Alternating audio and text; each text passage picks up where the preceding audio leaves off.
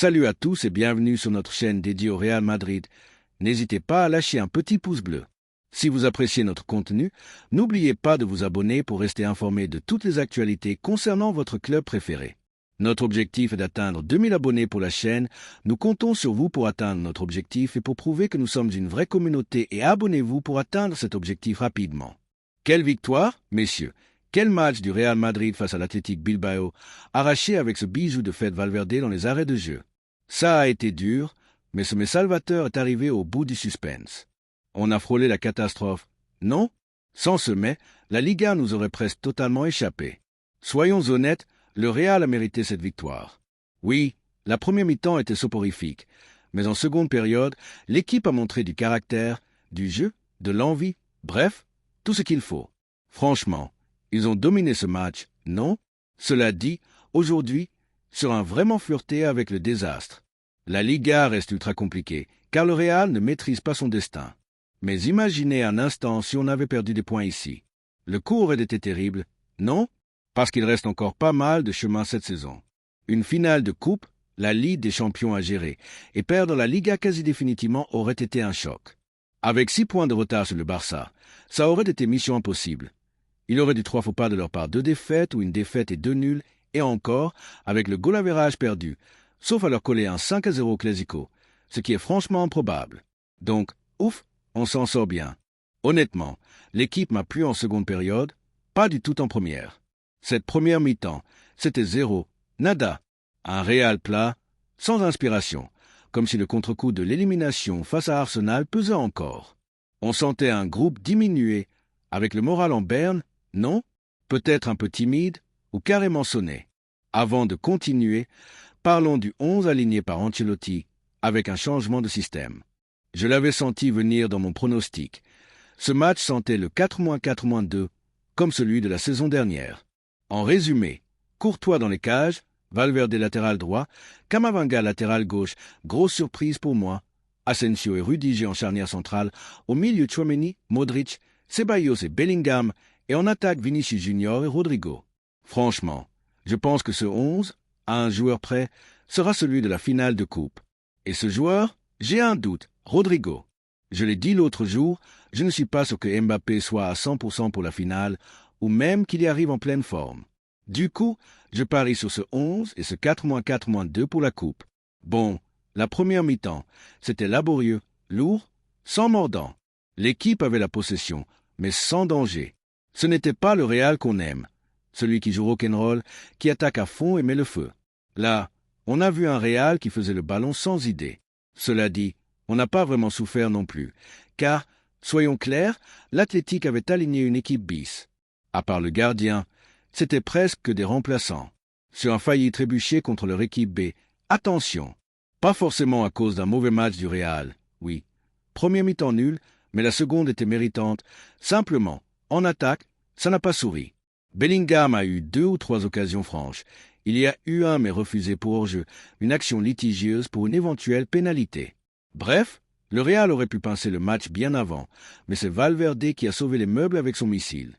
J'étais curieux, comme je l'avais dit dans mon pronostic, de voir l'état d'esprit de l'équipe aujourd'hui. Sortait-il démotivé, avec l'envie de se racheter? Parce que ce match a donné le ton pour la fin de saison. Il reste 6 matchs de Liga, la finale de Coupe et le Mondial des clubs, qui sont dans 1 mois après la fin du championnat. Donc, pensez surtout à la Liga et à la Coupe pour l'instant. Le Mondial, on aura le temps de le préparer, de recharger les batteries, voire de prendre des mini-vacances. Mais si on avait perdu des points aujourd'hui, c'était la cata. Tu te retrouves à jouer la fin de saison sans vrai enjeu en Liga. Oui, mathématiquement, c'était encore possible, mais hyper dur. À 4 points du Barça, c'est déjà chaud, même en les battant au Clasico, ce qui est loin d'être garanti. Parce qu'on part du principe qu'on va gagner, mais vu l'état de l'équipe, j'ai des doutes. Et même si on gagne, il faut qu'ils trébuchent ailleurs. Leur calendrier est plutôt facile. Et en plus, il y a ce sentiment que le comité des arbitres ou la Liga ne veut pas que le Barça lâche la Liga. Ce qu'on a vu contre le Celta, c'est aberrant. Alors, oui, la Liga est compliquée, mais avec une défaite aujourd'hui, après l'élimination champion, le choc psychologique aurait été monstrueux. Comment aborder la fin de saison et la finale de coupe avec un moral à 0? La coupe, c'est le titre le plus à notre portée, car on dépend de nous-mêmes. Un match contre le Barça, ça se joue à fond. En Liga, il faut battre le Barça, mais aussi espérer qu'il perde ailleurs. Pas simple. Bref, ce match était crucial et l'équipe a répondu présente. C'était pas facile, car l'Athletic, même avec ses remplaçants, c'est une équipe solide, un mur. Avec 26 buts encaissés, ils sont parmi les meilleures défenses de la Liga, devant l'Atlético, le Real ou le Barça. Mais le Real a fini par faire tomber ce mur et la seconde période était vraiment top. Un vrai courageux, avec du cœur, du football. On a vu un autre visage et c'est hyper positif. Cela dit, physiquement, l'équipe a du mal à démarrer. C'est comme une voiture diesel, il faut du temps pour qu'elle chauffe. En premier mi-temps, on dirait qu'ils traînaient des enclumes aux pieds. Je me demandais, comment peuvent-ils être aussi cuits? Puis en seconde période, ils gagnent des duels, ils récupèrent des ballons. Enfin, toute la saison, on a vu un Real perdre trop de duels, de ballons disputés. Là, au moins, en seconde période, ils ont dominé dans l'intensité. Attention, ça a battu un Athletic à 40% de son effectif titulaire. Valverde a fini par faire entrer Sancet. Inaki Williams, Munien qui joue beaucoup et fait mal. Vivian. Ils ont mis du lourd, mais au départ, c'était leur équipe B. Pourtant, c'est une équipe compétitive, dure à bouger. Comme je l'avais dit dans mon pronostic, si le Real sortait avec les crocs, on devait gagner, surtout après l'élimination en champion. L'équipe s'est rebellée et ça fait plaisir. La seconde période m'a vraiment emballé. Maintenant, à voir comment l'équipe va aborder la fin de saison. Si on rejoue comme en premier mi-temps, on va se faire manger en finale de coupe. Mais ce Real de la seconde période, là, il m'a redonné de l'espoir, je l'avoue. Côté joueur, quelques mentions spéciales. D'abord, Asensio, énorme en défense, un roc. Camavinga en latéral, je pense qu'il va rester là jusqu'à la fin de saison, sauf si Mendy revient. Mendy, c'est correct pour des matchs comme contre Retafe, mais pour les gros chocs, il manque quelque chose. Camavinga, lui, apporte du dynamisme. Valverde, MVP avec son golazo, mais sans ce but. Pour moi, le meilleur, c'est Vinicius. Tout est passé par lui, comme contre Arsenal. Chaque action dangereuse venait de lui. Corner, centre dangereux. Après, il faut que quelqu'un finisse, mais Vini tirait l'équipe vers l'avant. Rodrigo, invisible, comme souvent cette saison. Bellingham, il a eu des occasions, mais pas son jour. Cela dit, il était bien placé, comme le Jude de l'an dernier, avec une tête stoppée par un arrêt monumental de Simon. Tchouaméni, depuis le match contre le Celta, il est dans le top 3 des joueurs les plus réguliers. Récupération, distribution, un passe magnifique à Bellingham. Il tient le milieu à lui tout seul. Modric, pas mal, avec une passe sublime à Endrick. Endrick, justement, entré en seconde période, a changé la donne. Pourquoi? Parce qu'il fixe les défenseurs centraux, il libère Bellingham pour arriver dans la zone de vérité. On n'a pas eu ça cette saison. Mbappé, ce n'est pas un pur neuf, il décroche, joue dans tous les sens.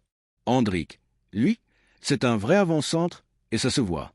S'il jouait plus, je suis sûr qu'il planterait un paquet de buts. C'est le métier, l'instinct. Arda Güler, Brahim Diaz, Lucas Vazquez sont entrés. Corrige sans plus. Mais Endrick, pour moi, c'est vraiment pesé. Au final, c'est Valverde qui offre la victoire avec un golazo.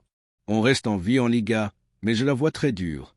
Entre les arbitres, les décisions bizarres, le rouge non sorti contre l'Espagnol, l'expulsion de Bellingham contre Osasuna, le match contre l'Atlético au Bernabéu, sur une perte des points par notre faute, mais aussi à cause d'erreurs extérieures. Le Barça, contre le Celta, c'est lunaire. Dani Olmo qui joue malgré les soucis de fair-play financier, le traitement différent pour Rafinha par rapport à Vinicius, le non-penalty sur Mingueza. Bref, même si le Real gagne tout, la Liga est presque injouable. Cela dit, la seconde période m'a donné de l'espoir. Si on joue comme ça, on peut croire à un titre cette saison. Ou pas, car on peut bien jouer et perdre. Mais je suis content de cette seconde mi-temps. Vraiment. Comme je l'ai dit, ce 11, sans Rodrigo mais avec Mbappé, s'il est à 100% ou pas, sera celui de la finale de coupe. Mbappé, s'il n'est pas au top, entrera peut-être en cours de match ou sortira tôt, mais il jouera, je pense. Voilà, messieurs, c'est tout pour moi. Comme d'hab, si vous êtes madridista, abonnez-vous pour ne rater aucune actu sur le plus grand club du monde. J'espère que vous allez bien et on se retrouve très vite. Salut Madrid! Merci d'avoir regardé cette vidéo et j'espère que cette vidéo vous a plu. N'hésitez pas à lâcher un petit pouce bleu, vous abonner à la chaîne et à activer la cloche pour ne rien manquer des prochaines vidéos.